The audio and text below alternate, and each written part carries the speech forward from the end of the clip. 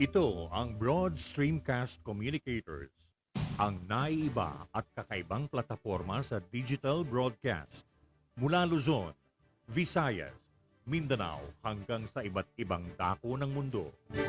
Broad Streamcast Communicators, ang sandigan ng sambayanan mula sa walang labis at walang kulang na pagbabalita, paglilingkod, maglalahad ng mga mapagbuong komentaryo at usaping pambayan para sa kapakanan ng karamihan. Broad Streamcast Communicators, tuwirang maglilingkod ngayon hanggang sa susunod na henerasyon.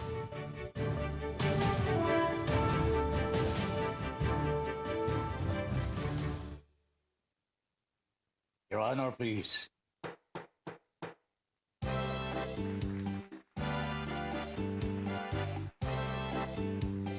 Philippines, Your Honor, please, pakinggan mo reaksyon at komentaryo. Hihimayin ni Ben Paimon ang bawat isyu. Your Honor, please. Mga kurang sa gobyerno, wala siya sinasanto. Mga baho ibibisto kahit sino. Trabaho lang, walang personalan. Ang tamaan, mabubugulan. Komentaryo'y makatotohanan. Dito lang malalaman. Sibing paipon, inyong samahan. Your Honor, please, inyong pakinggan. Mga isyu sa ating bayan, pag-uusapan. Your Honor, please. Problema ng ating bayan, talakayin, pag-usapan, upang maliwanagan ang taong bayan. Your Honor, please. Your Honor, please, pakinggan mo reaksyon at komentaryo. Hihimayin ni Ben Paimon ang bawat isyu. Trabaho lang, walang personalan. Ang tamaan, mabubukulan. Komentaryo, makatotohanan. Dito lang malalaman. Sibing Paipon, inyong samahan. Your Honor, please, inyong pakinggan. Mga isyu sa ating bayan, pag-uusapan. Mga isyu sa ating bayan, pag-uusapan. Your Honor, please. Philippines,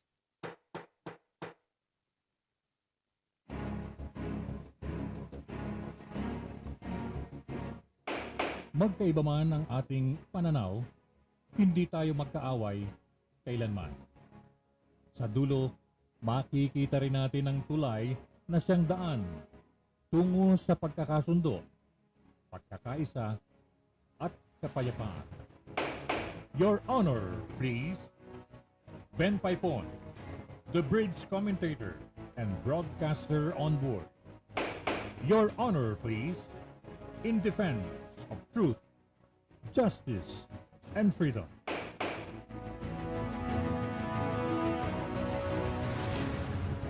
Pilipinas, magandang gabi. Philippines, good evening. Hi, Miss Universe. Magandang gabi po. Good evening, everybody. Welcome to the program Your Honor, Please, dito po sa Broad Streamcast Communicators. Ako po si Ben Paipon. Nag-aanyaya na po. Samahan ninyo kami alas 8 hanggang alas 10 ngayong gabi. Para sa ating Your Honor, Please. This comes your way every day, Monday to Friday. Huwebes na po ngayon. Huwebes na naman ho. Ang bilis ho talaga ng panahon. Bukas, Biyernes na naman ha. Paring Ed Bausa, Biyernes na naman po. Tonight ho, mga kabayan,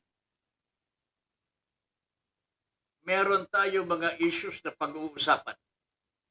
Katulad po ng pagbaklas ng mga tarpaulina, campaign materials po ni Madam Leni Robredo na binaklas ng COMELEC sa pamamagitan po ng police at ng Bureau of Fire Protection. This was done in a private place. At ang naglagay po dito, hindi po yung kandidato, kung hindi po yung mga supporters po ng kandidato, which means Madam Leni Robredo. Pag-uusapan na natin ito. Ha? Kumbaga sa Radyo Pilipino, pulsuhan na natin ito. Ha? I want your comments here. Although nagpalitan na po ng kuro-kuro ang mga abogado ng pagkabilang, kumbaga sa pros and cons of the yung pagpaklas ng tarpaulin. Siyempre yung sa gobyerno meron silang dahilan. Pero mas matindi po sa tingin ko ang mga katwiran na ipinukol ng mga hindi naman po talaga supporters ni Madam Leni ito kundi mga abogado ho na alam po yung ano ang totoo sa batas. Ayan. Mamaya basahin ko po sa inyo ang posisyon ni Attorney Romy Macalintal. Ito po'y batikang election lawyer at nagpahayag po siya ng sariling pananaw tungkol dito. Inilagay po niya sa social media at ito po ang ating babasahin mamaya. Okay? Babasahin po natin mamaya. There is another issue here na tututukan ho natin. Kanina po nag-press conference po dyan sa Sampaloc, Manila. At ilang mga presidentiables na hindi naman po masyado pagkilala. Pero siyempre nagsasalita na rin. Katulad po nitong si Ginoong Ernesto Abella. Meron pong pahayag ito na nagpapasikat ho sa SMNI. Kay Pastor Apollo Kibuloy. Talagang pinasisikat ho ng presidentiable na ito na si Ernesto Abella. Anong sabi ni Pastor? Pastor? Ito si Ginoong Ernesto Abella sa SMNI. Ang sabi po niya, kailangan daw ho i-isolate. Ihiwalay po ang SMNI sa kay Pastor Apollo C. Kibuloy. Sa tingin ko, hindi po alam ni Mr. Abella ang kanyang sinasabi ho dito Mr. Abella, sir.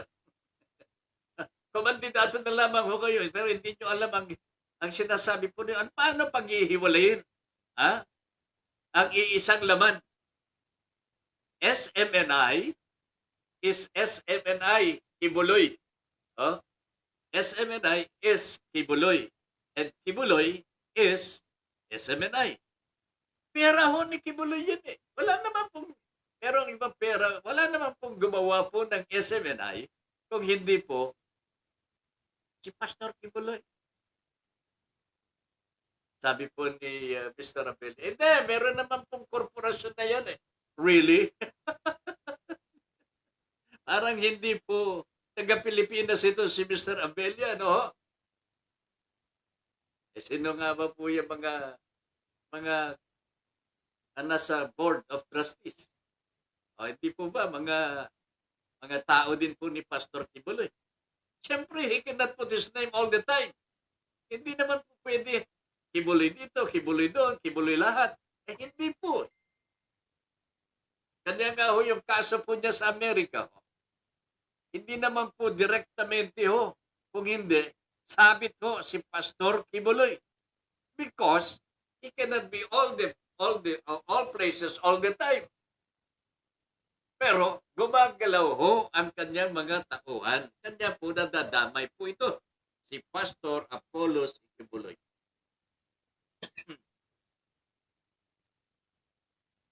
Pero ang masakit po dito mga kababayan, I do not know kung ano ang intention ni Mr. Ernesto Abella. nang sabihin po niyang ihiwalay.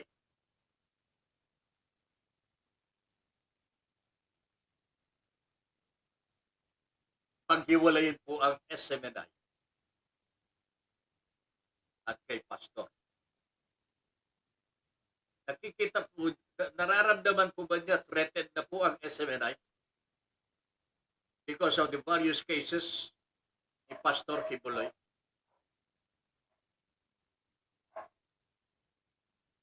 Anong intention po ni Mr. Abella kaya? Ano kayong dahilan po niya? Bakit gusto niyang ihiwalay? Bakit? What is the purpose of Mr. Abella? Bakit paghiwalayin? Alam po ninyo mga kababayan, ang mga marurunong, ang dami nilang paraan para linlangin ang taong bayan. Sa pamamagitan po ng kanilang mga lohika, sa pamamagitan po ng kanilang mga reasoning power, nagagawa po nila papahinuhod ang taong bayan, lalong-lalo na yung mga hindi nagre-research, hindi na po nag-aaral, nakikinig na lamang po. Ganyan siguro ang intensyon ni Mr. Abella nung gusto niyang paghiwalayin si Kibuloy at saka itong si SMNI. SMNI is Kibuloy. Kibuloy is SMNI mga kababayan. Siguro gusto niyang ihiwalay ang si Mr. Kibuloy kasi meron na naman pong isang issue where SMNI is involved again. Mga kababayan, hindi na po nawalan. Ay, naawa na po ako dito pero alam ko ito talagang ginagawa nila. Walang pakundangan. Talagang, ganyan talaga SMNI na pagbintangan po na nag-commit ng tinatawag sa jargon ng journalism, lumabag po sa batas ng journalism, Code of Ethics, ng journalism called plagiarism. Plagiarism. Ito po yung paggamit ng idea o kaya salita ng iba na hindi mo ina-acknowledge kung sino po yung may akda noon. Alright? So, maliwanag ko yun Using another person's words or ideas without giving credit to that person. Halimbawa, gumamit po kayo ng picture, retrato sa inyong news item. Yakin ninyo na kung yung picture na yan galing po sa iba, kung hindi po nyo na-contact bago po ninyo ilatala, at least maglagay po kayo ng acknowledgement sa baba. Picture taken by Ben Paipon. Ayan. That way, hindi ka mag-commit ng plagiarism. Pero kung katulad po ng ginawa daw po ng SMNI, meron pong footage po ang BBC. Alam po nito, ito yung international media outfit po na napapanood natin dito sa Pilipinas din. Meron po sila nakakakuha ng mga retrato all over the world. Anywhere in the world, they have their news reporters po Meron sila mga photographers all over the world. Kanya, kayang-kaya po nila kumuha ng mga footages. And SMNI, allegedly, naglagay po sa kanilang mga trailer yung nung nakaraan, di ba may anong pangalan nito, may debate daw po ang mga presidentiables sponsored by SMNI. May mga trailer sa mga bago magsimula ang debate, may mga trailers po sila. May pinalabas po silang footage po doon sa West Philippine Sea. Exclusive property po ng BBC. Ginamit ng SMNI. So, na-call ang attention ng SMNI po dito. Plagiarism po ang tawag po dyan. PPI, the Philippine Press Institute, in its code of conduct for journalists, ang uh, ang ang sinasabi po dito thou shalt not commit any act of plagiarism. Thou shalt not steal the property of another. As simple as that, mga kababayan ko. Nako, nakakahiya na ito mga kababayan. Oh, kung saan-saan na po nasasangkot ang SMNI. Pastor Kibuloy, sir, siguro naman pwede po ninyong pagsabihan po mga tauhan po ninyo to be more careful, especially on issues of code of ethics for journalism.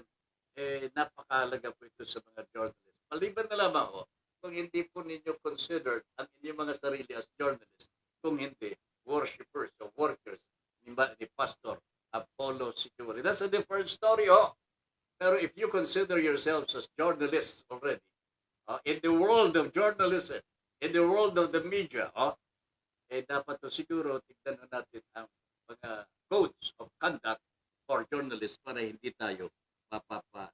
So, alam po ninyo, ang sabi po ng mga netizens are following these items po, ang sabi po ng isang netizen, wanted na nga. Wanted si Pastor Kibuloy. Magnanakaw pa ng footage. Kita na ninyo. Ang samahon yun.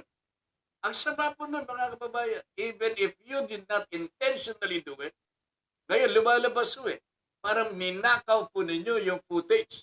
That is too bad. Madadagdagan po ang mga kaso ni Pastor Kibuloy.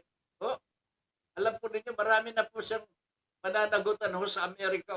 Wanted po siya ng NBI. Sabi pa po ng isa na netizen, expect the unexpected, magnanakaw supporter, di magnanakaw din. Ito ninyo, ang pangit ito I hate to say this because I've been with the pastor naman for a while. Hindi naman for a while. Mahigit 10 taon na yun. And I know naman din, yung mga workers po, marami po tayo napikilala. At mababait naman.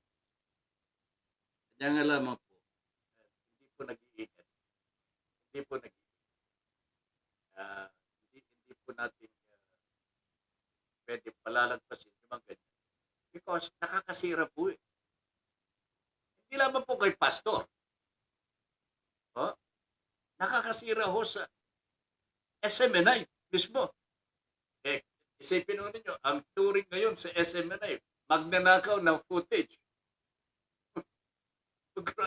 Grabe yun. I think kailangan siguro makipag-usap po kayo sa BBC at ayusin po ninyo ito sapagkat this is a violation of the Code of Ethics of Journalism in the Philippines. Act of plagiarism. Paggamit po ng salita o gamit ng iba na hindi po ina-acknowledge. That's plagiarism. Naku, talaga naman. Ito, mahirap ito kasi the pastor has to answer several allegations sa grand jury, federal grand jury. Indicted po siya sa federal grand jury sa New York. For what? For crimes against what? Engaging in sex trafficking by force. You see? Madadagdagan pa ang mga paratang na ito. Coercion and sex trafficking of children. Mabibigat ito, mga kababayan. Sex trafficking by force. Bakit kaya meron pang by force ito? Fraud and coercion, conspiracy, and bulk cash smuggling. Meron pang smuggling. Panginoon ko po naman. Diyos ko po. So ito po yung mga pananagutan ni Pastor Apollo Kibuloy. Kung siya po ay papatawag po sa Amerika to answer these charges in the federal court. Federal court. Grand jury po ito. The pastor has been charged, indicted by a federal grand jury. Yan. Kailan po siya pupunta sa Amerika, hindi pa po natin alam. But baka hindi na po magtatagal yun. Baka magkasabay po sila ni Pangulo Duterte. Kung saan masisimulan muli ang pag-iimbestiga ng crimes against humanity po laban po kay Pangulong Duterte. Pagka yung department palit. Okay? Ayos. Nako. Ay, nako talaga. So, iwanan natin yung issue na yan at inaasahan natin na gagawa po ang SMNI ng karapat-dapat po dito para hindi na po maulit yung plagiarism na yan. Paggamit po ng gawa ng iba na hindi po ina-acknowledge. Tulad yan, yung mga photographs po na yan, video footages, may kanya-kanyang pag-aari ho yan. Meron pong exclusivity ho yan. Pagka halimbawa si Ben Paipon ang kumuha ng footage, at alam niyang siya lamang ang meron yan, huwag mong gagamitin na hindi ka nagpapaalam sa kanya. Meron pong batas sa mga journalists, ang tawag po dyan Code of Ethics, at ang provision po is an act of plagiarism is taboo o prohibited para sa mga journalists. I hope maliwanag na ito sa iba pa mga gagamit po ng pag-aari ng iba na hindi po nagpapaalam. At hindi ito, pagnanakaw ito Alright? Pagnanakaw po yan. Congratulations muna! Bago tayong chairman po ng Commission on Human Rights, nandyan na po si Honorable Leia C. Tanodra Armamento. Yan. New chairperson ng Commission on Human Rights. Pinalitan po niya si Chito Gascon, dating chairperson ng Human Rights Commission. Pero namatay po ito sa COVID kamakailan lamang. Yung tatlong commissioners po ng Commission on Human Rights, magre-retire din po, mga kababayan. Magre-retire, maiwan nag-iisa si Honorable Armamento. Kanya, panawagan natin kay Pangulong Duterte, baka hindi pa po niya alam ito. Baka mahuli na naman. Baka maubusan po ng commissioner ng Commission on Human Rights. Parang ang COMELEC hindi pa po nare-replace na papalitan yung tatlong commissioners na nag-retire. And bank sessions na po sila. Apat lamang po sila nag-diskusyon sa kanilang mga sarili. But anyway, that's how it is. Mga kababayan, sana ma-fill upan na po ng Pangulong Duterte ang mga posisyon na ito kasi kailangan Mantakin ninyo, wala mga commissioners po ng Commission on Human Rights. COMELEC po na kailangan po ngayon, wala pang replacement po para sa mga tatlo na nag-retire. Apat po yung mga nag-discussion po para sa disqualification case ni Bongbong Marcos. Ayan. Kaalinsamay ng pagnanakaw, pagsisinungaling. Alam ninyo mga kababayan, yung tensyon na nabubuo sa pagitan po ng Amerika at Russia. Akala ho natin noon ay totoo na nag-withdraw na po ang mga Russians at ina-atras na po ang kanilang puwersa dyan sa Ukraine, sa border ng Ukraine. Mabuti na lamang po, hindi gaanong naniwala po ang Amerika at ang kanyang mga NATO allies. Hindi po sila naniwala sa Russia kasi parang pinangangalandakan na po ng Russia po na mag-withdraw na sila. Pero ang nangyari po ay nandyan pa po sila at may tension pa. Mahirap ito di ba? Ang sabi nga po ng iba parang ang pagsisinungaling, eh, parang fad na ho, craze in the whole world. Kung dito sa Pilipinas, malawakan po ang pagsisinungaling, pati sa ibang bansa ho, pagsisinungaling, parang kalakaran na ho ng mundo. Russia is lying. US says of alleged de-escalation moves of withdrawing troops from the border with Ukraine. It's mobilizing for war, US officials say. In other words, the tension is still there and it's growing day by day. Telling lies have become the norm. Kumbaga sa pagsisinungaling parang ito na po yung standard ng buhay natin. Kung hindi ka magsisinungaling, hindi ka ma-promote, hindi ka mailalagay sa mas mataas na posisyon, and so on and so forth. So, kaakibat na ng pag-unlad ng isang tao, kailangan magsinungaling ka. And that is what presidential bulls are trying to do now.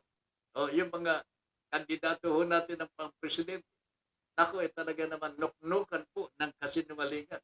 Nuknukan po ng kasinungalingan. You lie, you get ahead in surveys. Tama? Tignan ninyo. Yun yung balita ngayon mga kababayan. Pinangangalandagan na ang survey po ay para ito na po yung Biblia ng taong bayan. Na yung lamang daw ni BBM talagang mataas na at hindi na po pwedeng abutin. Kanya tapos ng eleksyon. Ganyan rin sinasabi po ng SW. Hindi po sinasabi ng SWS kung sino nagkomisyon nito. Sino nagbabayad doon ito. At ilang respondents ang kanilang ini-interview for the survey. There are 110 million Filipinos. Ilan ang kanilang sinosurvey? Ilan ang kanilang itinatanong? So makikita ho ninyo, meron pong panlilinlang na kaakibat po ng mga surveys na ito. Kanya please lamang huwag po kayong maniniwala dito sa survey na ito sapagkat depende kung sino nagbabayad sa kanila. Ganyan po ang totoo. Yan ang katotohanan po ngayon. Ang surveys especially political surveys, ay bayad Binabayaran yun. So kung sino ang nagkomisyon, sino ang nagbayad para magpa-survey, yan po ang mangunguna. Sino ang nagbabayad? Ayan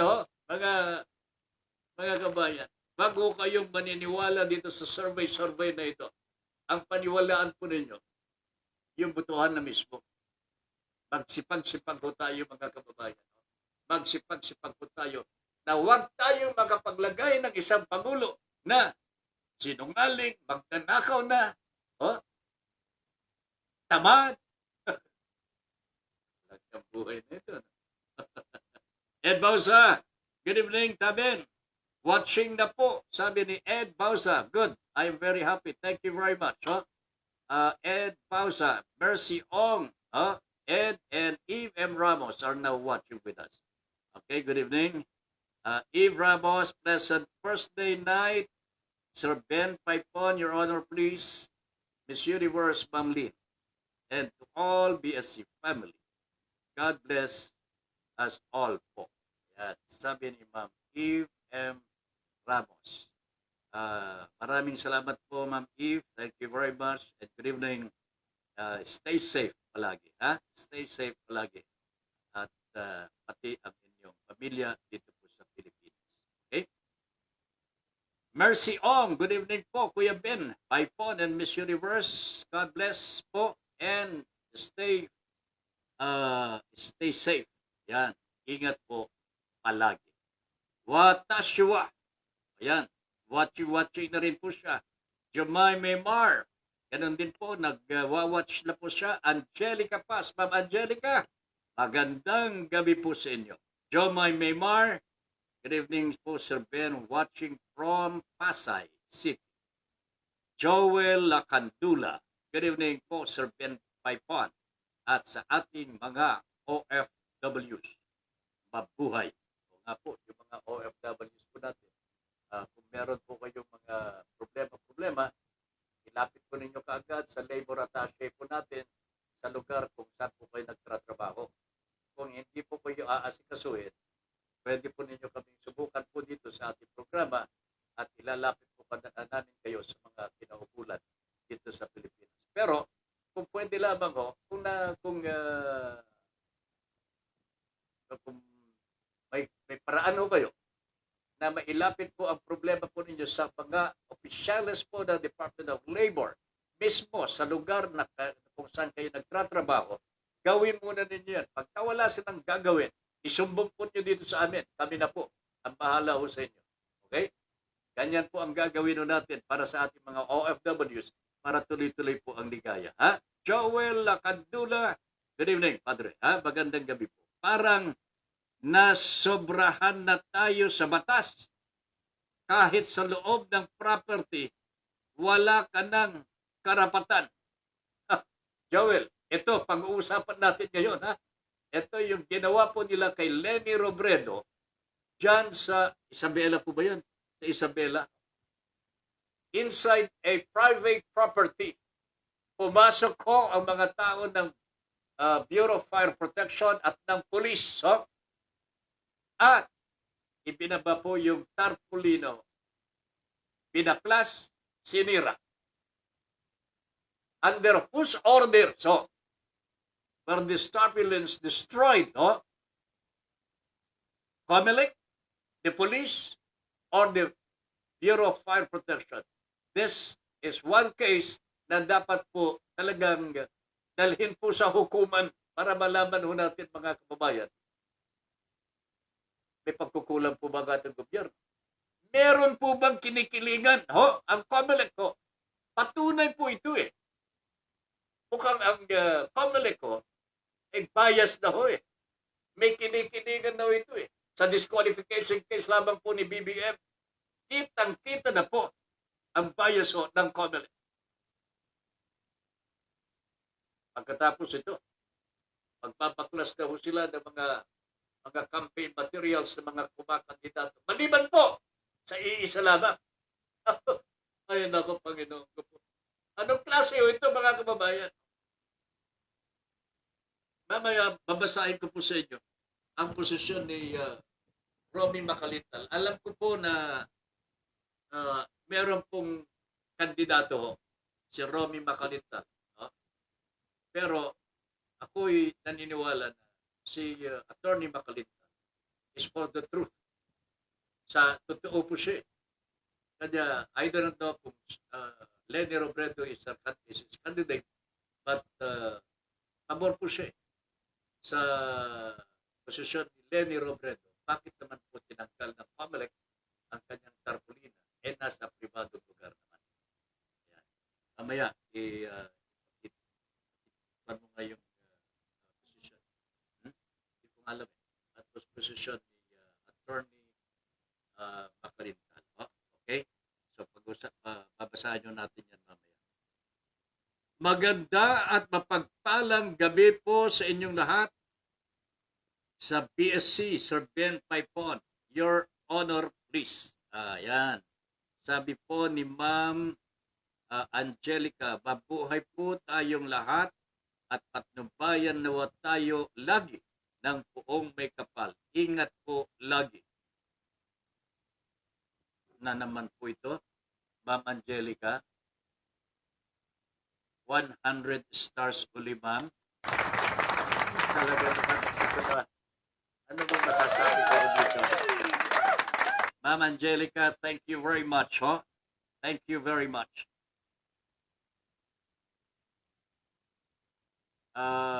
Wala ho ako masasabi po sa suporta na ginagawa po ng mga listeners po natin, lalo sila Ma'am Angelica, sila Ma'am Eve Ramos, Kokok, Chincha Buste, at marami po pong iba na talagang nagtutulong-tulong para tayo ng mga stars. Alam po ninyo, convertible to cash po ito.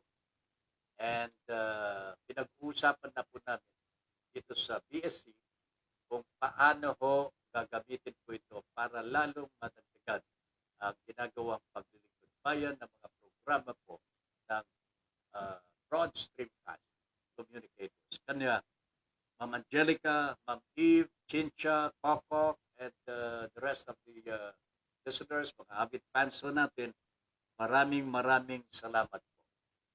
Hulog po kayo ng langit dito sa Broad Streamcast Communicators. Thank you very much. A blessed first day po, Tata Ben Paipon, sabi ni Lillian, Miss Universe, stay safe and healthy. All power po to YHP. God bless always. Share. Done. Okay, ha? Ayan. Oh, kita mo na. Sumunod po si Ma'am Eve. Meron din po siya. Ako, kabagailan lang. Ang laki ng pinadalawan ni Ma'am Eve. Maraming salamat po, ha? Eve M. Ramos sent another 100 stars. Yan. Thank you. Maraming salamat. Ha? Thank you, ma'am. Maraming salamat. Perfecto Bordalio watching. Nanonood na po si Perry. Meron pong, padre, meron pong mga ano dito, meron pong humihingi ulit ng saklolo. Mga biktima ng online lending. Hindi na natapos ito, partner. Mag-usap tayo dito para matigil na natin ito mga online na ito. Bakit po yung mga kababayan na natin, alam na nilang marami sa mga gumagawa ng ganito, yung mga apps na yan, non-registered. Hindi po, walang permit po yan. Pagsasamantala lamang ang ginagawa. Bakit pa tayo pumupunta ho yan? Bakit pa ho tayo nagsisiksik sa mga yan? Nabalita na ho ito, marami nang nahuli din po. Gumalaw na po ang NBI, nagpunta na tayo sa NBI.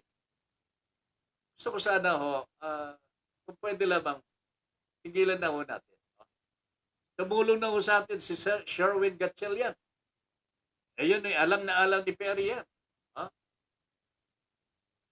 Wag sanang, I don't know. Tama po ba ito na kailangan paulit-ulit ho tayo? I don't know.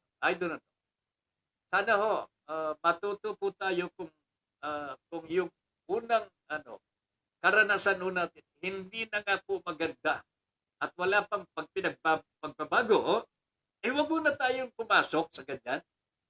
Please lang ho, wag muna tayong pumasok sa ganyan. Hindi po sa ayaw namin tumulong. Hindi po sa ayaw ho namin tumulong. Gusto namin kayong tulungan. Kanya nga lang ho. Hindi ko maintindihan bakit pa ninyo ginagawa. Ben Paipon, thank you so much. Ma'am Angelica. Yan. Reply po natin yan kay Ma'am Angelica. Thank you very much. Los Unidos Soventeos is watching. Los Unidos, nandiyan, all stars po siya. Nakakakita po siya ng mga stars. Los Unidos, wala bang mahuhulog na star dyan? Nagpapahiwatig ka na. Arthur, biro lang yan.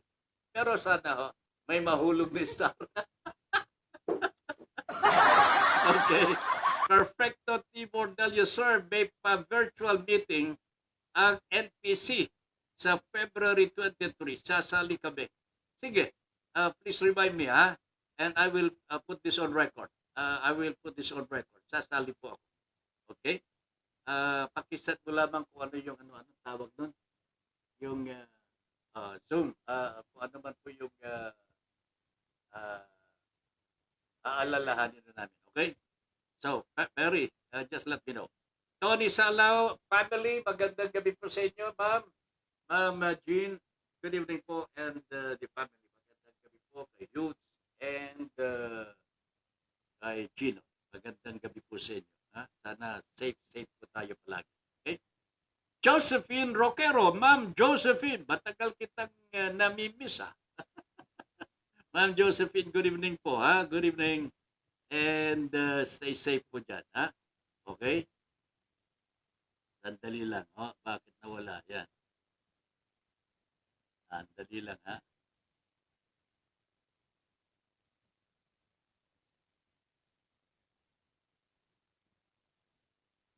Aha, sandali lang. Ayan, si Ma'am Josephine Roquero. Okay. Good evening po, Sir Ben, Paipon, and Madam Lynn. Blessed first day. God bless all BSC family.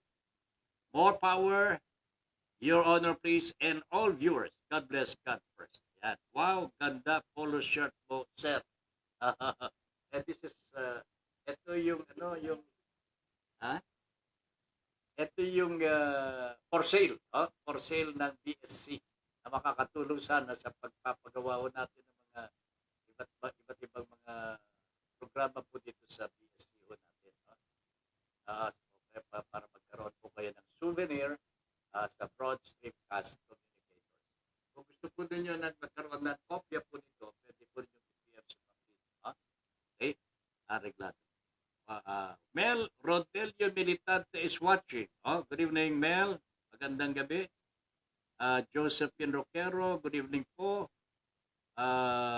Thank you so much, Ma'am Eve. Yan. Angelica Paz, nakakatuwa pong tignan ang stars. And ang lalo na ang happiness ng BSC broadcasters. Thank you din po sa serbisyong publiko. God continually bless us.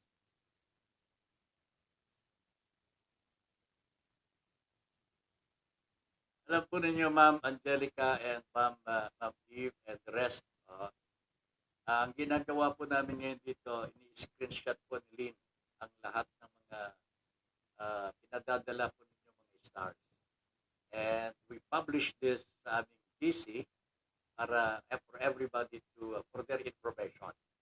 Kasi gusto ko po malaman po nila kung sino-sino ang tumutulong dito sa atin. Yan. And for them, for mga broadcasters naman natin, gumawa rin po ng mga pamamaraan para, makatulong din po para sa pagpapalaganap po ng ating program dito po sa Your Honor, please. Ma'am Angelica, parehas lang ho tayo. Talagang natutuwa po kayo, nagbibigay po kayo, kami naman po natutuwa pag kami po nabibigyan. Sa totoo lamang ho, I really feel very happy, very happy. Nakakatanggal ho ng stress, nakakatanggal po ng pagod kahit na medyo mahirap po ang trabaho at pagka nakikita mo na yung kumikinang, yung kumukuti-kutita. Ayun, happiness is all over. Ma'am Angelica, thank you very much. Mel, una agradable tarde de jueves, señor Ben, y a todos los televidentes de su programa. Your Honor, please. Love you all. Sabi ni Mel Rodelio Militante. Nako po, madami pong hindi alam ang konsepto ng plagiarism, Sir Ben. Alam mo, totoo yan eh. Pati po mga pangungopya ng mga ideas, mga intellectual thefts, naglipanan na talaga. I know, that is why naglakas loob po ako kasi kahit medyo ibang mahirap po sa kalooban ko na medyo pagsabihan po yung dati kong stasyon. Nagagawa po natin because I know plagiarism is heavy. It's a violation of the Code of Ethics, Code of Conduct for Journalists. Magsasabihin mo, journalist ka pagkatapos nangungopya ka. Magnanakaw ka ng idea na may idea. Kalapastanganan ho yun eh.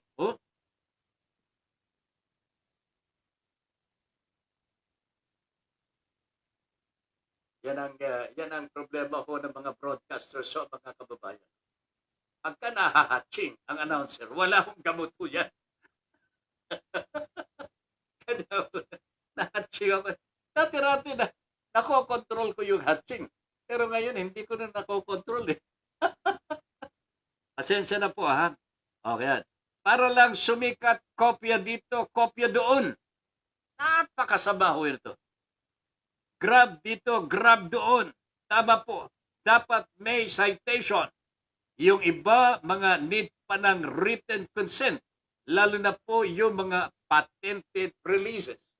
I know, this is very important. Meron pong code of ethics.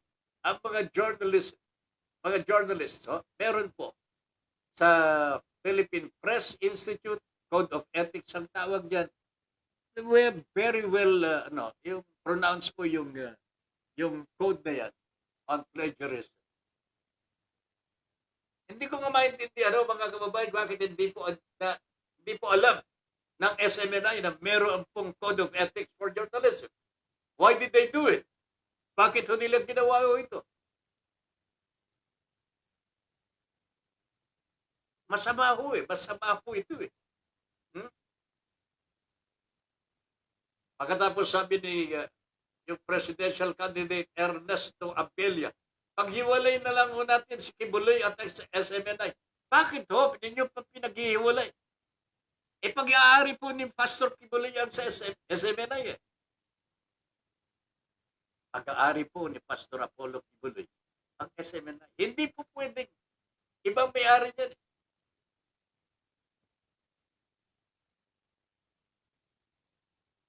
Nakukura po tayo. Mukhang may nagagalit na magnanakaw.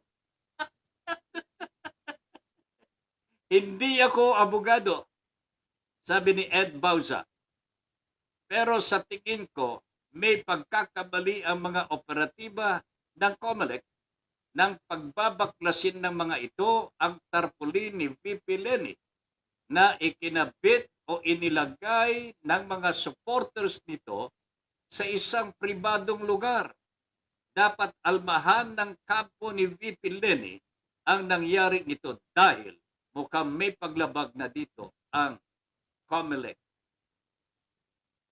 I do not know.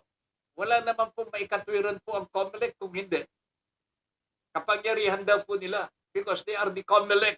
Sila daw po ang higit na makapangyarihan kahit kanino man. But they forget, na ang COMELEC should abide by the due process po. May batas po na sinusunod po ang COMELEC bago magpatupad ng kanilang mga reglamento. Hindi ko mo kapangyarihan, authority po ng COMELEC ang magbaklas. And they do it summarily, mga kababayan. Hindi po ganon. May due process as in, kahit sa mga criminal po eh. Sa mga criminal. Babasahan mo muna ng kanilang mga karapatan bago mo siya pusasan. Di ba? Bago mo siya dalhin sa presinto. Babasahan mo muna ng kanilang mga karapatan. Otherwise, baka mawalan sa isay po yung paghuli sa kanila. COMELEC po ba hindi nila alam ito? I wonder mga kababayan, ano po ba ang nasa utak ng mga namumuno sa COMELEC ngayon? Pinatutupad po nila ang batas nang hindi po pantay-pantay at labag sa batas ang kanilang pagpapatupad. There is no due process. They did not even consult the owner of the property na kanilang pinasok. Meron pong trespassing dyan. Hindi ka po pwede pumasok sa tahanan o sa property ng may property na wala o pantay tulot sa may-ari. Alam ng COMELEC yan, mga kababayan ko. You do not have to be a lawyer to know that right. Embodied sa ating saligang batas yan. Well, sa mga iba, hindi kasi nagbabasa ng ating saligang batas. Pero naniniwala po ako na alam naman po nila ang kanilang kasi ito mga karapatan naman ito, common sense lang po ito. Nasa Bill of Rights natin, common sense lang ito. Especially kung kayo, if you are the authority, you should be more knowledgeable than the ordinary person. Pero ang paglabag po sa batas ay nagmumula sa magpapatupad ng batas. Kalokohan daw ito, mga kababayan. Kalokohan na ito. Kanya nga, ang sinasabi po ng iba, yung mga nagmamasid, political analysts at political observers, mukhang wala na tayong aasahan po dito sa eleksyon na darating. Dahil po, nasapian na daw po ang COMELEC. Nasapian na po ang COMELEC. I do not know. Hindi ko po alam kung ano ang ibig sabihin ng nasapian po. Ed Bausa, ano ba ang ibig sabihin ng nasapian? Bakit ang COMELEC nasapian na kanya wala na tayong aasahan pang matino na mangyayari po dito sa halalan 2022. Ako, malungkot ito, mga kababayan. Malungkot po ito. Nasaan na yung babasahin natin, Attorney Macalitan? At least para malaman po ng ating mga kababayan, ano po ba yung legal terms na pwede natin may paliwanag sa ating po mga kababayan, bakit po labag sa batas ang ginawa po ng COMELEC at ng Bureau of Fire Protection. Kasama po ang mga pulis. Naka-uniforme pa ho eh. Hindi ako maniniwala mga kababayan, na yung mga pulis na nagpapatupad po nito mga COMELEC rules and regulations do not know the law.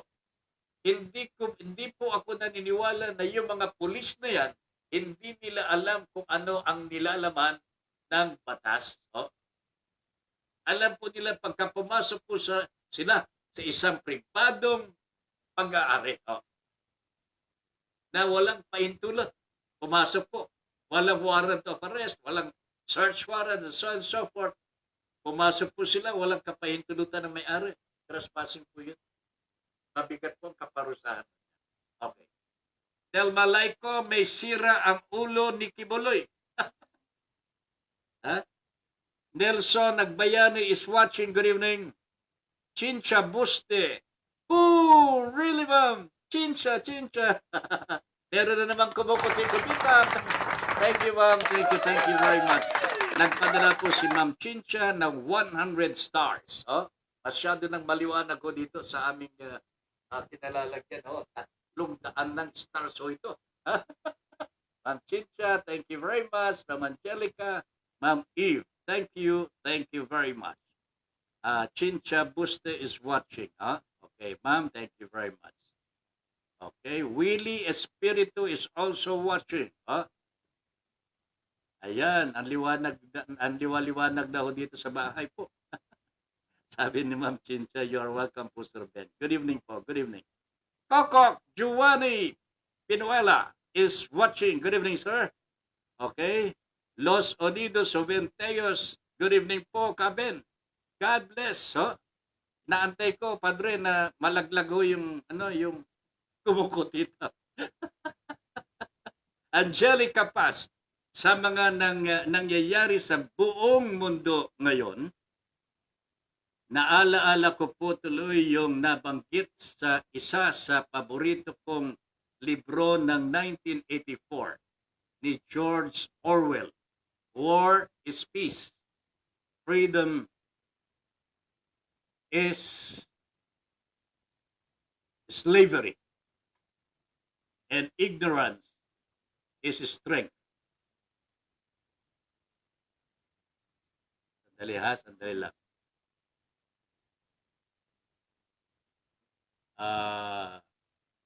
Isinulat nung taong 1949 pero napapanahon po ngayon. Ulitin ko lamang, Ma'am Angelica, sa mga nangyayari sa buong mundo ngayon, naalaala ko po tuloy yung nabanggit sa isa sa paborito kong libro noong 1984 ni George Orwell. Na 1984, the title is 1984, ni George Orwell. War is peace, freedom is slavery, and ignorance is strength. Very, very ironic, no? Angelica, very ironic po ito. Andali lang, okay. Mamaya ho, pabalikan ho natin ito. niliwanag pa rin ho natin. No? Kasi napaka-makahulugan ang title po ng libro ito, War is Peace. Paano nagiging kapayapaan ang digmaan? No? Niwala ko, paano nagiging kapayapaan ang digmaan? No? Patayan ho yan. Freedom is slavery. Paano ho? Malayang-malaya ka pagkatapos alitin. Oh, irony. Di ba? Ignorance is strength. Ignorance ay kamangmangan ho yun. Ignorance is kamangmangan. Paano magiging ano tawag nun yung kalatas? Ano? Kalatag? Ano ba yun? Yung strength po, yung lakas, lakas po natin. Paano magiging lakas ang ignorance, kamangmangan? Iron. Di ba? Anyway, mamaya, Ma'am Eve, Ma'am Angelica, pag babalikan ho natin yan. Ed Bausa, wala na talagang patawad ang mga magnanakaw, pati simbahan, nilulooban na. Ito'y matapos ipahayag ni Reverend Father Benny Justiniano, Parish Priest ng San Isidro, Labrador. Matapos ang kanyang homily last Sunday, 9 a.m. Mass, dapat madakip na ng San Jose del Monte Police Station ang mga suspect na responsable sa pagnanakaw. Sa loob mismo ng simbahan, may nakawan na rin. Ang lakas naman po ng impluensya ng mga magnanakaw na gusto maging presidente ng Republika ng Pilipinas. Jesus Christ, Lord, save our country, please. And then Pedralbes is watching. Sa loob po ng simbahan mismo. Ayup talaga. Kokok Giovanni Pinuela, Dan sharing po. Si Kokok. And what? Swerte naman po ang araw na ito, mga kababayan ko. Nadagdagan po yung stars po ni Tata Ben at ng BSC. Meron na naman pong pinadala si Kokok na 200 bituin. Wow, thank you very much, Kokok. Kokok, thank you very much. Sana magiging kasama ka naming broadcaster na, Thank you very much, Kokok. Ang Ging S. Paipon is watching. Parang pamangking ko ito. Si Angging Paipon. Good evening, Bahado Melts is watching, Ben, yan. Thank you so much po, Sir Kokok, Thank you very much. Good evening, Sen 200, Ganda ng shirt na yan. I was blessed to have one like that. Diba? Napadala ko kami. Ang mahal ng binayad ni Kokok dito. Alam po ninyo, mga kabayan, yung t-shirt pas, yung bang priceless. Anyway, pero yung kasing, anong pangalan nun, yung shipping fee was so prohibitive. Very costly, mga kababayan. Pero Kokok didn't buy it. Talagang souvenir po ang kanyang meron po siyang bag, meron siyang ganito, and so on and so forth. Kanya, Kokok, thank you very much. Talagang gentleman. Maraming salamat. Okay? June Bornazal. Magandang gabi po, Tata Ben Paipon. Ako'y talagang humahanga sa iyo noon at ngayon dahil maraming natututunan ang mga nanonood at nakikinig. Yan. Nakikinig sa saan ka man network na pupunta. Sinusundan ka ng mga mamamayan. Talagang public service ka talaga. Matigas pa din o ang tindig mo para sa bayan. God bless. Tuloy lang ang laban. Basta't Lenny tayo. Lenny Kiko tayo. 2022. Ayan. Anong ibig mong sabihin matigas?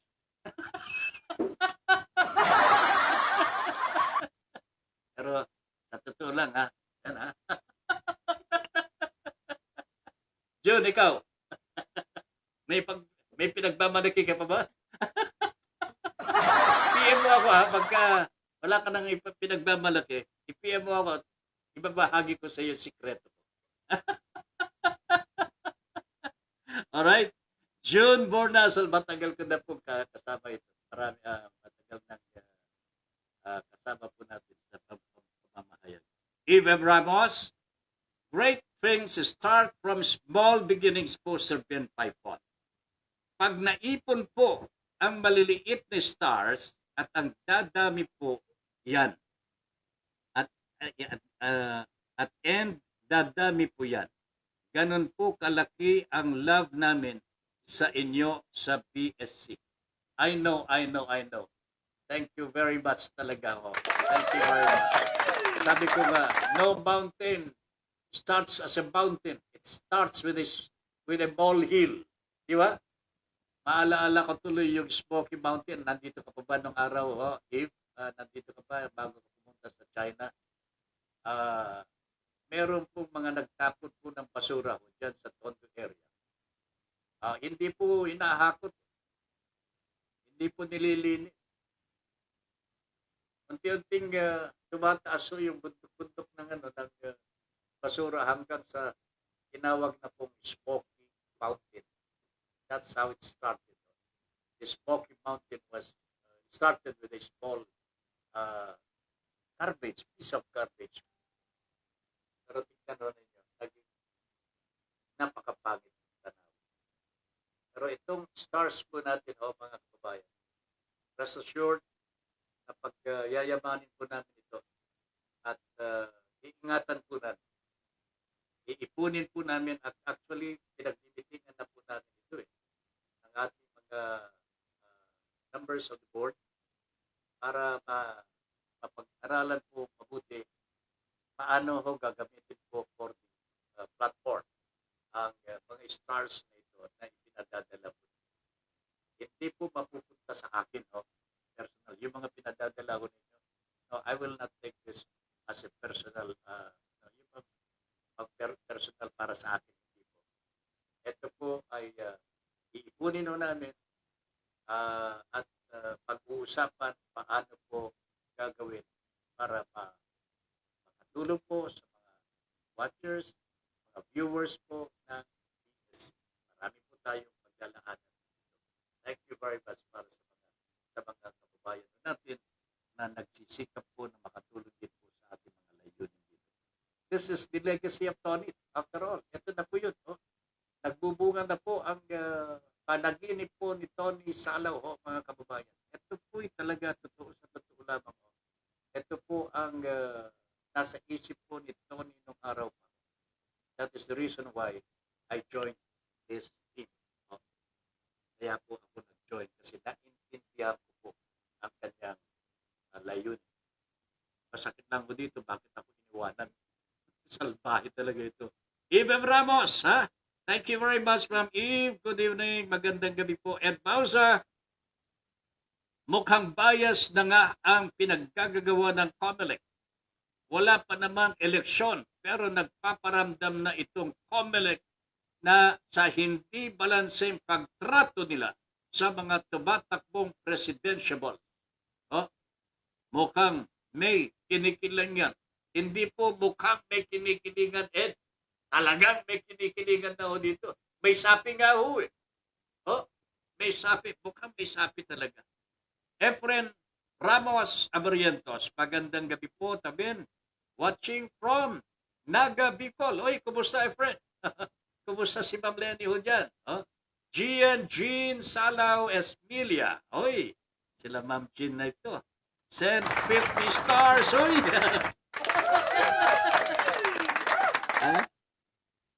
Galing sa langit po ito. Gian, thank you very much. Nako talaga naman. Nakakataba po ng puso. Maraming salamat. Okay? Alright.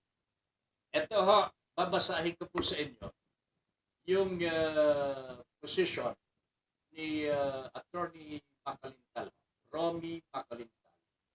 Tungkol po dito sa ginawa ng COMELEC, Police, at Bureau of Fire sa mga tarpulina ni Ma'am Lenny Robret.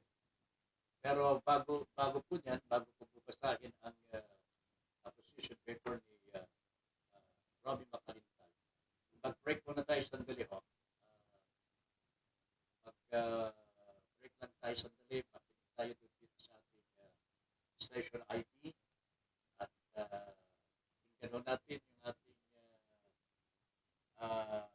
theme song at yung intro music ko natin kasi yung iba po nagre-request hindi po namin nadidinig ko yung inyong station ID, hindi namin nadidinig ko yung kasi ho, late na ho sila pagbukas ng kanilang mga platform kanya ho. Ito ho, mga kabayan, pakinggan natin muna ang ating station ID, ang ating theme song at yung intro spin natin gawa po ni Parang Tony Salaw. Sandali lang. Ito ang Broad Streamcast Communicators, ang naiiba at kakaibang plataporma sa digital broadcast mula Luzon, Visayas, Mindanao hanggang sa iba't ibang dako ng mundo. Broad Streamcast Communicators, ang sandigan ng sambayanan mula sa walang labis at walang kulang na pagbabalita, paglilingkod, maglalahad ng mga mapagbuong komentaryo at usaping pambayan para sa kapakanan ng karamihan. Broad Streamcast Communicators, tuwirang maglilingkod ngayon hanggang sa susunod na henerasyon.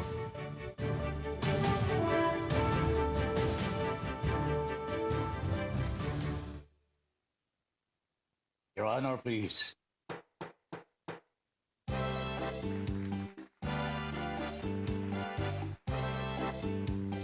Philippines, Your Honor, please, pakinggan mo reaksyon at komentaryo. Hihimayin ni Ben Paimon ang bawat isyu. Your Honor, please. Mga kurang sa gobyerno, wala siya sinasanto. Mga baho ibibisno kahit sino. Trabaho lang, walang personalan. Ang tamaan, mabubunggulan. Komentaryo'y makatotohanan. Dito lang malalaman. Si Binpay po, inyong samahan. Your Honor, please, inyong pakinggan. Mga isyu sa ating bayan, pag-uusapan. Your Honor, please. Problema ng ating bayan, talakayin, pag-usapan, upang maliwanagan ang taong bayan. Your Honor, please. Your Honor, please, pakinggan mo reaksyon at komentaryo. Hihimayin ni Ben Paimon ang bawat isyu. Trabaho lang, walang personalan. Ang tamaan, mabubunggulan.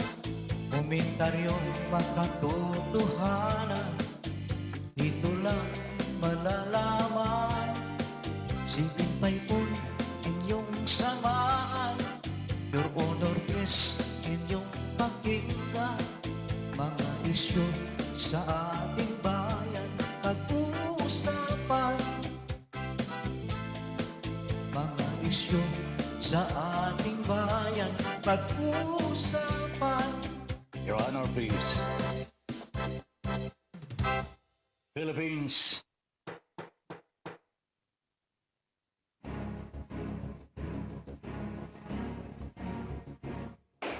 Magkaiba man ang ating pananaw, hindi tayo magkaaway kailanman. Sa dulo, makikita rin natin ang tulay na siyang daan tungo sa pagkakasundo, pagkakaisa, at kapayapaan. Your Honor, please. Ben Paipon, the bridge commentator and broadcaster on board. Your Honor, please. In defense of truth, justice, and freedom.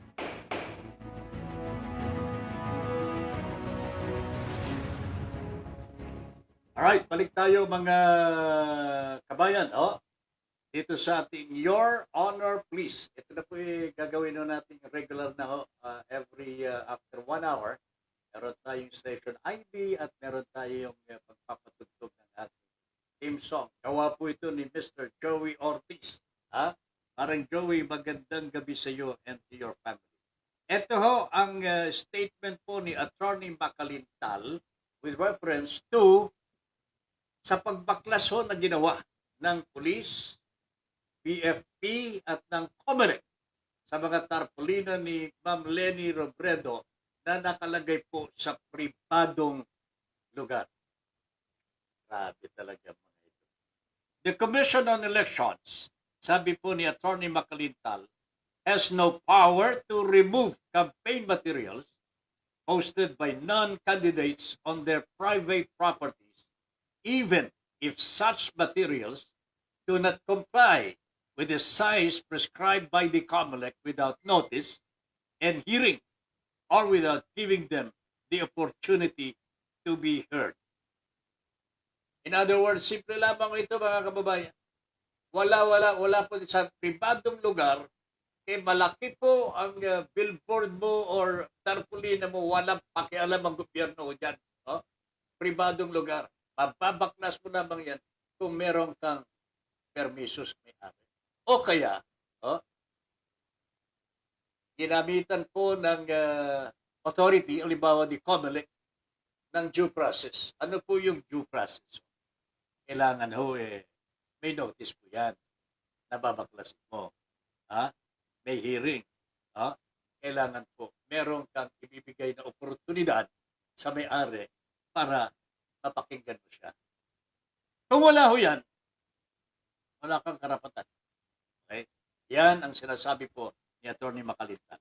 COMELEC's position that it has provided in Section 28 of its resolution number 10730 that it can motu proprio on its own, sa sarili niya, immediately order the removal of such campaign materials is untenable. Hindi matanggap ito mga kababayan. And unconstitutional as it denied said non-candidates their fundamental right to due process. Maliwanag itong explanation po ni Attorney Romy Macalintal. Even non-candidates during election have rights too. Ano ho yung karapatan nila? Yung maglagay ng tarpaulina sa kanilang sariling tahanan. Halimbawa, sa bahay mo, maglagay ka, tinakpan mo ang buong bahay mo ng tarpaulina ng Leni Robredo, mga kababayan. Pinapinturahan mo ng larawan ni Leni Robredo ang buong bahay mo. Meron po bang pakialam ang COMELEC po dyan? Wala pong pakialam ang COMELEC po dyan. Ito ang sinasabi po ni Atty. Macalintal. COMELEC has easily forgotten how it was reminded by the Supreme Court in the 2015 case of Kimball versus COMELEC that while it may have motu proprio power, the same could only be exercised after due notice and hearing. Motu proprio by its own, walang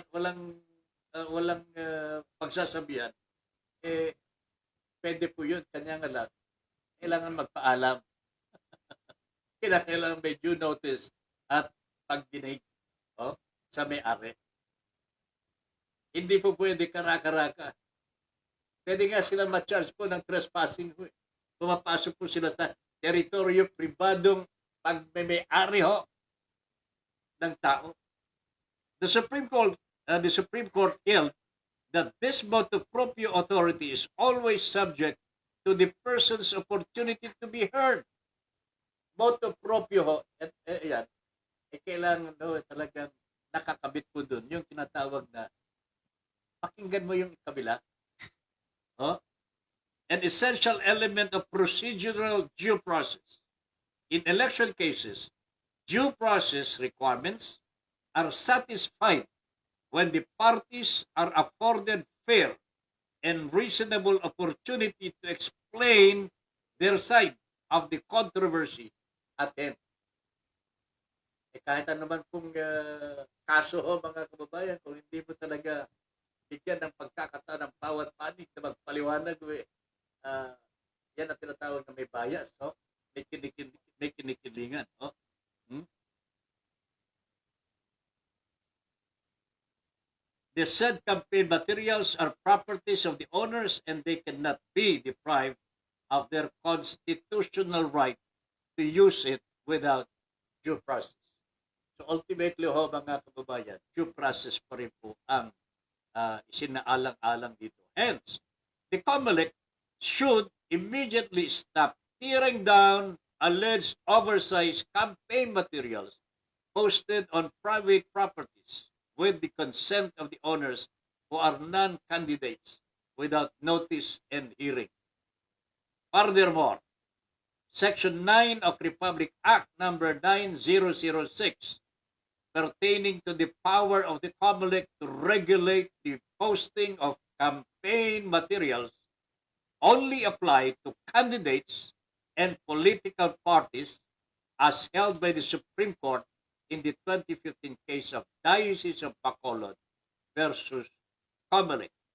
Surely, the said provision of RA 9006 does not give the COMELEC the authority to prescribe the size of a campaign material that a person could post on his own private property. Yan ang sinasabi ko po kanina ho, mga kababayan. Kung ang isang may-ari po ng bahay, may bahay ka, halimbawa, nasa malapit sa highway, talagang delantera, kitang-kita ng lahat ng mga mapapadaan dyan sa highway na yan.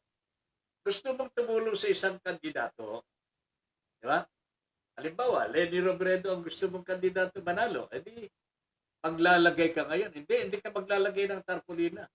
Maglagay ka ng black, yung kumbaga sa ano, plank, plywood o kaya whatever, pagtungtungtungin ko na, kasi laki ho ng bahay mo, dalawang stories yan. Halimbawa, buong bahay mo, tinakpan mo yung harap ng plywood, pagkatapos pininturahan mo ngayon. Pininturahan mo ngayon ng picture, larawan doon ni Leni Robredo. At inilagay mo, My President, for 2022. Ayan. Pwede bang galawin po ng COMELEC yan? Ito, sinasabi po ni Romy Macalintal, Attorney Romy Macalintal. Walang taong pwede mang-imasok po sa gustong gawin ng isang tao, private citizen.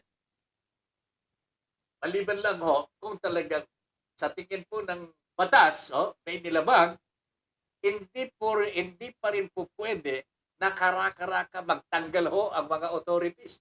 Kailangan isosobal po nila. Patatawag nila yung may-ari at itatanong bakit ka naglagay ng ganyan. Pagpapaliwanagan na ngayon yan. Abogado sa abogado na yan. Pagka dumating po pagkakataon na yan, kukunin natin si Atty. Macalintal. Kukunin natin si Atty. It will amount to the abridgment of speech with political consequences. Of course, mga kababayan. Hindi po pwede na pakialaman po ng gobyerno ang private properties. Hindi po pwede Nagulat po ako, mga kababayan, bakit po ganon yung mga pulis at yung BFP, Bureau of Fire Protection, kasama na po ang COMELEC ko dyan. Nangangatwiran pa po ang COMELEC. Gusto yata nilang ibalik po ang diktadorya ni Mr. Marcos noong panahon ni Mr. Marcos po, mga kababayan. Walang batas-batas sa kanya. Siya ang batas. Siya ang gumawa ng batas. Siya ang executive. Siya po ang judge. Yan ang Marcos noong araw. Yan ba gusto niyo yung ibalik ko ngayon? Panginoon ko po, The COMELEC's position that the case of Diocese of Bacolod pertain only to campaign materials about advocacies is misleading because the Supreme Court decision was not made pro hac vice for the case only. The doctrines laid down by the Supreme Court in that case are applicable in all issues pertaining to a non-candidate's right to use their own private properties in the exercise of the right to free expression. Yan. In a word, the Supreme Court said that the COMELEC does not have the authority to regulate enjoyment of the preferred right to freedom of expression exercised by a non-candidate. Talagang kinikilala po ang karapatan ng mga pribadong mga mamamayan sa kanilang partisipasyon sa halalan pag-national or even local.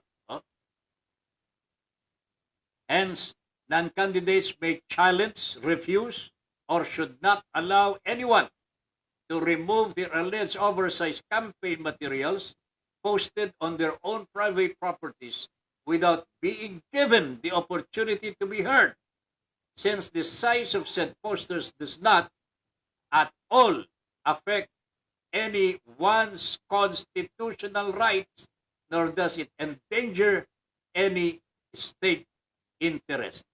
Ang ganda ho nito, mga kababayan. Yan po ang kabuuan ng posisyon ni Attorney Romy Macalintal tungkol po dito sa mga posters, campaign materials na nakalagay po sa mga pribadong properties. So, dinaklas po ng COMELEC ang mga campaign materials na yan without due process. Hindi po nila isinangguni po sa may-ari ng property bago po paklasin.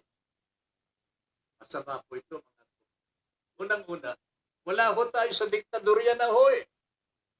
Demokrasya po ito. The rule of law.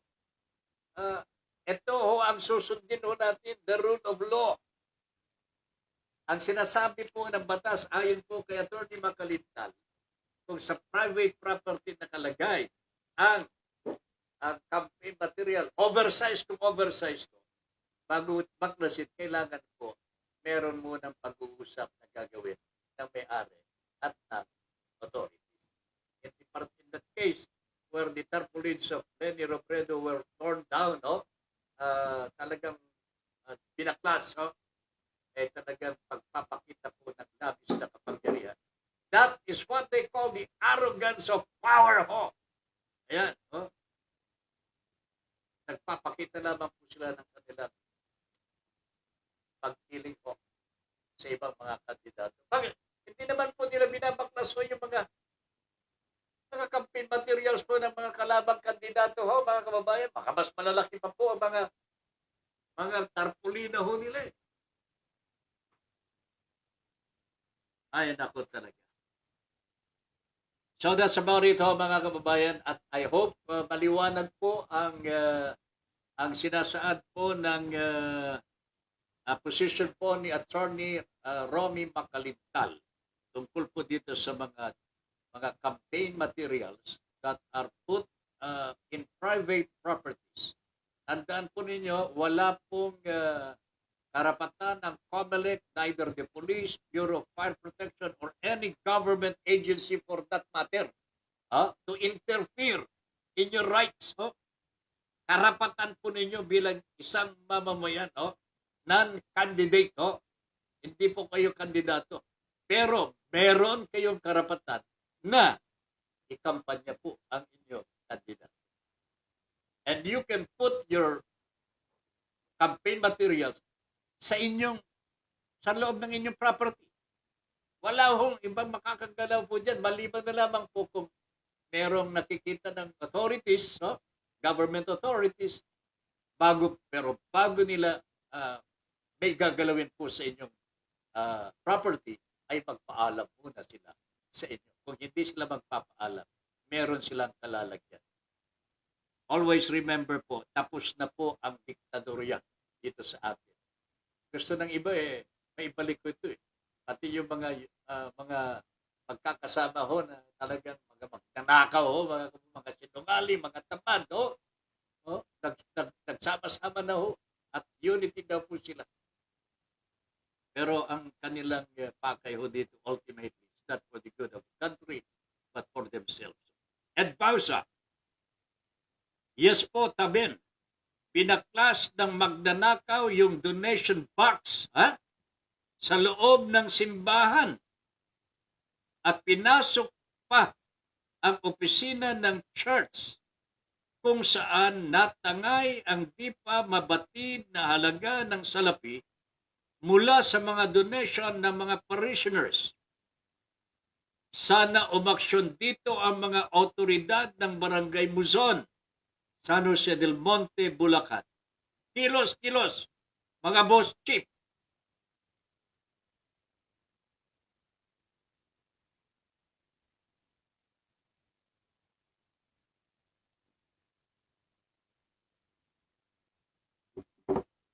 Ed, ito po'y last Sunday lang. May ginagawa bang investigasyon na ng San Jose del Monte Police? Wala bang CCTV po dyan? Wala bang nakakita lang dyan talaga? Ang lakas naman ng loob. Anong oras pa nangyari yan, Ed? Ayop talaga, ano? Can you imagine that, mga kabayan? Sa loob mismo ng simbahan, nangyari po ang nakawan. Pumasok pa sa opisina ng parokya. At tinangay po yung mga donasyon ng galing po sa mga parishioners. Grabe na talaga ito. Mel Rodelio Militante, alam ko na, darating ang araw magno-normal din ang ating sitwasyon sa dinaranas nating pandemya. Ang hindi ko alam kung kailan ang magno-normal ang mga abnormal na utak ng mga kandidato. Alam po ninyo, hindi ko nga alam kung bakit meron pa I think I should rather refrain from making a noise about this already. Ayaw kong pasikatin ko yung mga gustong sumikat. Efren Ramos sa Barrientos, magandang gabi po. Buo ang tiwala namin dito sa Bicol. 90% Lenny, 80% Kiko, and Tropa Team. Aba, magaling 90% sa Bicol area, Bicol region. 80% Kiko. Ito ng 90% pareho. Efren, Mr. Efren Ramos sa Barrientos. Alam po ninyo, I strongly believe, malakas na po ang pwersa ng Lenny Kiko all over the Philippines today. Malakas po ang pag-asa that we will have a president na mapagkakatiwalaan po natin. Sabi nga ni Cher, ito po yung popular pop singer, Cher, matagal na ho, kumakat dito, sikat, Amerikana ho ito. Let a woman do it. Ayan. Meaning to say, ayan ninyo kay Lenny, kaya ho ng babae yan, sabi ko ni Sir. Mary and Mercy Ong, Jomai Maymar, and 5 others are watching with you. Mel, Kokok, Giovanni Pinuela, magandang gabi po sa inyo. Alright. So, maliwanag ho ang posisyon po ngayon ng mga nagmamahal po sa kanilang inang bayan. Wala pong masama na baklasin po yung mga hindi tumutugon sa tamang sizes po ng mga political campaign materials. Provided these are put in their proper places in public.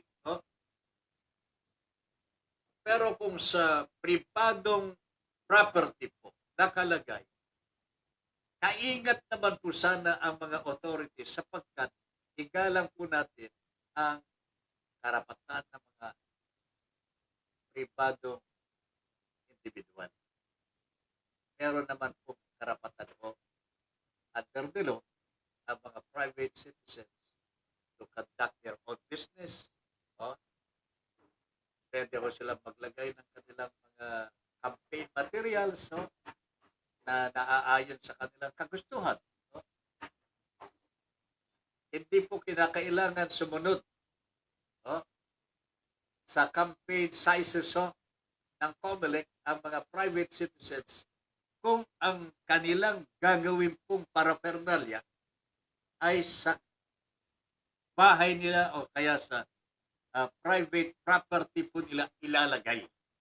Okay? Huwag lamang po sa public places. Pwede po talaga motu proprio by its own. The COMELEC can do that. Pwede nilang baklasin kagad yan.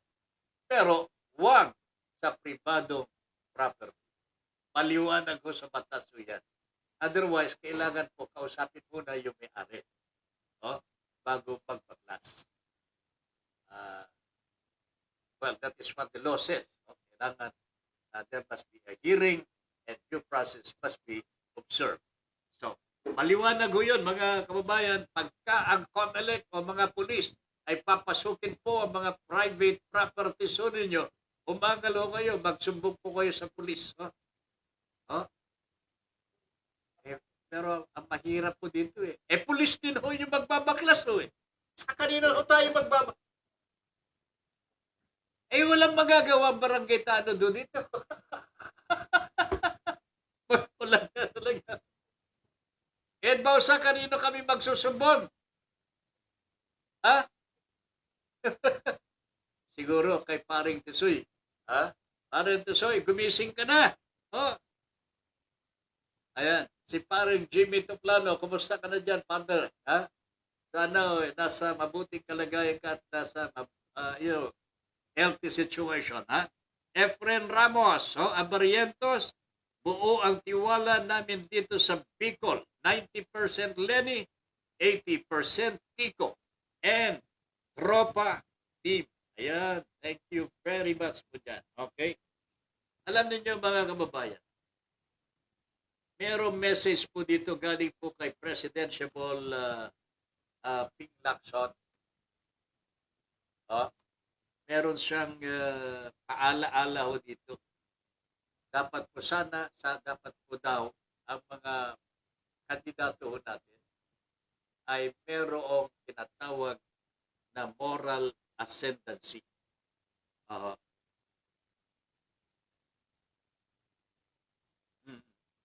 Ayan, nabasa natin ito. Si Ed Bausa. Sabi po ni Ping Lacson, dapat po sa naghahangad ng leadership, yung pamumuno, ay merong tinatawag na moral ascendancy. Ano po yung moral ascendancy? Simple lang mga kababayan. Yung nagtitiwala ho sa kanya ang taong bayan at walang pahid or criminal intent sa kanyang utak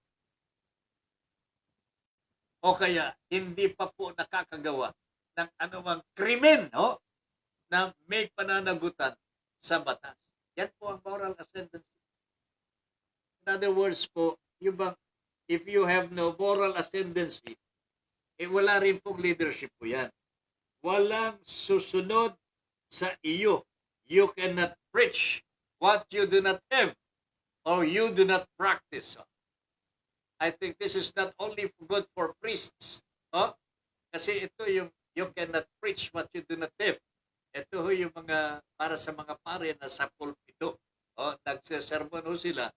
Kung sira din po ang kanilang karakter, yan ang tinatawag na walang ascendancy. Okay?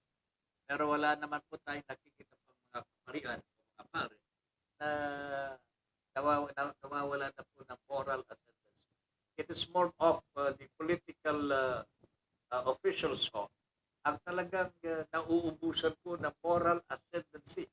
wala po silang karapatang manungkulan ho at mamuno. Bakit? Hindi po sumusunod ng tao kasi alam po nila mabaho po yung politiko eh. Oh, ha? Tama po ito si Ping Lacson ho, mga kababayan. Kung talagang gusto mong maging leader ho, kailangan ho, pagkakatiwalaan ka ng tao. Believe sa iyo mga tao. Pero kung ikaw ay sinungaling, magnanakaw, may criminal mind, how can you demand people to obey you or to follow you? Wala kang moral ascendancy. So ito sana ho mga kababayan, ang tingnan po natin mabuti po. Maghahalal po tayo ng mga leader po natin, na pwede ho natin sundin. Pero kung ang mga leader na pipiliin naman po natin, ay walang katwatiwala ho ng taong bayan. Pero sila po mananalo sapagkat sila daw po ang nangunguna sa mga survey-survey. Sila daw po ang kinikilingan ng COMELEC. Sila po ang nakakapagpaligaya ho, quote-unquote, sa mga nasa kapangyarihan, katulad po ng mga may baril, ng mga pulis at mga militar. Ay ibang usapan ho ito mga kababayan. Hindi na po eleksyon ang nangyayari ho. Sa pilitan na po itong paglalagay ng mga tao na hindi naman po kagustuhan ng taong bayan. Kanya po, nakikiusap po ang ating programa, ang ating platform, BSC, na harinawa po, so pag-aralan po natin mabuti ang bawat pagkilos po natin, lalong-lalo na po sa darating na eleksyon na ito. Palagay ko, itong usapin tungkol sa pagbabaklas ng mga campaign material sa private citizens. Baka dito pa nagkakatalo pa ho tayo, pero napakaliwanag po ang batas dito eh. In other words, pati na ho yung pagsisinungaling ho, it has become a craze already all over the world. Pati sa bansang Amerika at saka sa Russia, ang Russia nagsisinungaling na rin mga kababayan. Ipinapaniwala ho sa kanilang mga kalaban katulad po ng Amerika. Oy, mag-withdraw na kami, hindi na kami mag-invade, Hindi na namin lulusumin ang Ukraine. Kunwari ho, nag-withdraw sila ng mga tropa nila, pero sabi ng Amerika, nakikita po ng Amerika, sinungaling itong Russia. Bago kayo maniniwala, handa lang ho kayo. Ayun. Hanggang ngayon, may tension pa rin ho. Pero sinasabi po ng Russia, nag-withdraw na daw po sila. Pagkasinungaling din ho eh. Pero, hindi ko alam kung sino po ang sumusunod sa kanila sa kasinungalingan. Ito yung mga politiko natin sa Pilipinas o yung mga political leader sa Russia. Hindi ko alam. Grabe po ito. Ay, nako talaga. Sana ho, mabawas-bawasan po itong mga kaugalian na ito na hindi po tama. Pangit po yung pagsisinungaling. Lalong-lalo na kung leader ho natin talagang nuknukan po ng kasinungalingan. Hindi po yata maganda ho yan. Okay? So, ipagdasal ho natin. Ito, pwede natin ipagdasal. Kasi hindi natin mapuwersa ho ang mga kapwa ho natin na sumunod ho sa tama. Ipagdasal ho natin sila sapagkat yan po ang kailangan ho. Yan ang kailangan po natin na dapat po gawin. Okay? So, mga kababayan right now, ang COVID cases po dito sa bansa ho natin,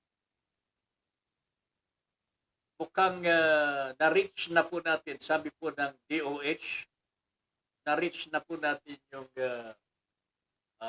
yugto where nakaalpas na po tayo dun sa tinatawag na COVID surge. Yung wala na ho yung talagang malawakang pagsisirit po ng COVID virus. We are now under low risk. Buong bansa na po ito. As a matter of fact, ang COVID cases all over the Philippines is only about 2,000 2,000 na lamang po. Relative na talaga low. Mababa na po ito. And other areas in the country, papunta na din po doon sa mababa. Hindi pa po ibinababa sa level 1 ang category po ng COVID dito sa atin. Principally because kailangan din po natin mag-ingat-ingat pa. Meron pang tinatawag na natitirang COVID. Although sinasabi po ng mga eksperto natin, hindi na po mauulit yung pagsirit po ng COVID katulad po ng Delta at Omicron. Mahirap na raw po mangyari yan ulit. Pero hindi po nila inaalis na totally mawala na nga po. Pero naniniwala po sila na hindi na po maulit. Kanya nga, pinag-iingat pa rin po tayo. Wala naman po sigurong masama ho kung talaga mag-iingat po tayo. In preparation for the new normal, ayaw po ba ninyo na mapunta na ho tayo doon sa normal life already where we can freely go to work, we can freely go to our favorite resort, pwede tayo mag-swimming, pwede tayo mag-bowling dyan, mag-basketball, and so on and so forth. Punta sa gym natin, punta sa Anteperia, pupunta ho natin yung manicurista ho natin. Wala na ho tayong kaproblema ho sa pakikiharap sa tao. Time will come, hindi na po tayo magsusuot ng face masks po natin. Pero sa ngayon, magsakripisyo lang tayo. Nakakabuti nga po yung pag-face mask ko tayo, di ba? Pagka nag-face mask ka at mamamasyal ka, hindi mo na kailangan pa mag-makeup. Di ba? Hindi na mahalata kung ikaw hindi nagme-makeup. Hindi naman nila makikita na ikaw nagli-lipstick pa. Di ba? Makakamenos ka pa . So with the sacrifice, a little of sacrifice, nakakabawas ka pa ng gastusin. So, magsakripisyo muna tayo, ha? Let us practice wearing the face mask. Ito po ay kailangan para ma-sustain po natin yung pagbaba ng virus. And kung hindi pa po kayo nakakapagpabakuna, please lang, magpabakuna na po tayo. Ha? Let us have our own vaccine. Proven na po ito, mga kababayan. All over the world, yung vaccine ay talagang safeguard po sa anumang virus. Okay? Napakaganda po ito para sa atin. So, sana sundin po natin ang mga protocols ng ating pamahalaan. Yung pagsusot po ng face mask, wag mo natin kalilimutan hanggang sa, sabi nga po nila, hanggang sa matapos po ng taon 2022.